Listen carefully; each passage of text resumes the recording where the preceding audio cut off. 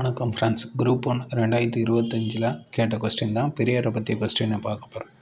கூற்று: தமிழ்நாடு பெண்கள் மாநாடு 13/11/1938 நீலாம்பிகை அம்மையார் தலைமையில் சென்னையில் நடைபெற்றது. சரிதான். இவங்க கூட இன்னும் ஒருத்தவங்க யார் இருப்பாங்கன்னா, தர்மம்மாள் பங்கேற்றிருப்பாங்க.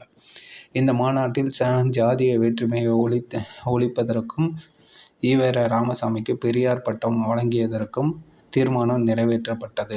சரி. அப்போ கூற்றும் சரி, காரணமும் சரி. அப்போ கூற்று சரி மற்றும் காரணம் சரி. அடுத்து காலை வரிசைப்படுத்துக. எல்லாமே பெரியாருடைய தான். பெரியார் பெண் ஏன் அடிமையானாள் என்ற புத்தகத்தை வெளியிட்டார். சரி. எப்போது வெளியிட்டார்னா 1934 வெளியிட்டார். பெரியார் உண்மை என்ற தமிழ் இருமாத இதழை திருச்சிராப்பள்ளியில் தொடங்கினார். சரி. எப்போ தொடங்கியிருப்பார்னா 1970 தொடங்கியிருப்பார். பகத்சிங்கின் நான் ஏன் நாத்திகன் என்ற துண்டு பிரசங்கத்தின் தமிழ் மொழிபெயர்ப்பை வெளியிட்டதற்காக பெரியார் கைது செய்யப்பட்டார்.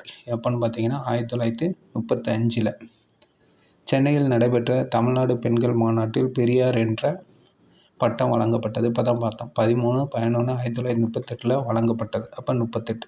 அப்போ கால வரிசைப்படி பார்த்தீங்கன்னா நம்ம ஃபஸ்ட்டு எதுன்னு பார்த்தீங்கன்னா 1934, அடுத்து 35, அதுக்கடுத்து 38, அதுக்கடுத்து 1970. உண்மை தான் லாஸ்ட்டு. அப்போ அதன் அடிப்படையில் பார்த்தீங்கன்னா 2 லாஸ்ட்டில் இருக்கக்கூடிய ஃபஸ்ட் ஆன்சர் ஏ 1, 3, 4, 2. அடுத்து பெரியாரை பற்றி இன்னொரு கொஸ்டின்.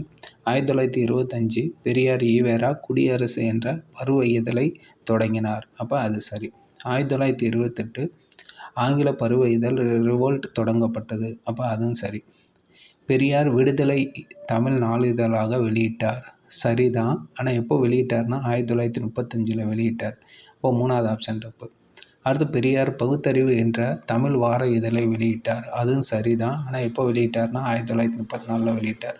அப்போ பார்த்தீங்கன்னா இங்கே என்ன கேட்டிருக்காங்கன்னா, சரியாக புரிந்து உள்ளதை கூறுகன்னு சொல்லியிருக்காங்க. அப்போ எது சரின்னா 1, 2 சரி. அப்போ ஏ ஆப்ஷன்.